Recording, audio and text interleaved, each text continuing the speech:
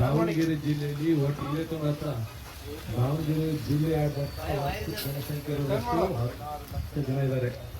16 ಲಕ್ಷ ಜನದಲ್ಲಿ ಈಗ ನಿಮ್ಮಲ್ಲಿ ಕರೆಸಿರ್ತಕ್ಕಂಥ ಉದ್ದೇಶ ಅಂತಂದ್ರೆ ನೀವು ಈ ಮುಂಬರುವ ದಿನಗಳಲ್ಲಿ, ಯಾಕಂದ್ರೆ ಫಸ್ಟ್ ದಾವಣಗೆರೆ ಜಿಲ್ಲೆಯಲ್ಲಿ ಯಾವುದೇ ರೀತಿಯ ರೌಡಿ ಆಕ್ಟಿವಿಟೀಸ್ಗಳಿಗೆ ಆಸ್ಪದವಿಲ್ಲ.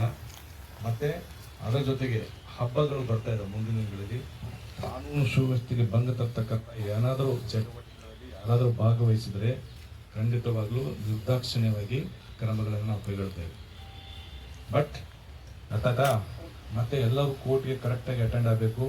ನೀವು ಕರೆಕ್ಟಾಗಿ ಕೋರ್ಟ್ಗೆ ಅಟೆಂಡ್ ಆಗಿ ಏನು ಕಾನೂನಿನ ಕ್ರಮ ಇದೆ ಅದನ್ನು ನೀವು ಪಾಲನೆ ಮಾಡಿದರೆ ನಿಮಗೂ ಒಳ್ಳೆಯದು, ಮತ್ತು ಎಲ್ಲ ಪೊಲೀಸ್ ಇಲಾಖೆಗೂ ಕೂಡ ಒಳ್ಳೆಯ ಹೆಸರು ಬರುತ್ತೆ. ಸೊ ಅದಕ್ಕೋಸ್ಕರ ಈ ಹಬ್ಬಗಳ ದಿನಗಳಲ್ಲಿ ಯಾವುದೇ ರೀತಿಯ ಅಹಿತಕರ ಘಟನೆ ನಡೆಯದಾಗೆ ನಿಮ್ಮೆಲ್ಲರೂ ಜವಾಬ್ದಾರಿ ಇದೆ.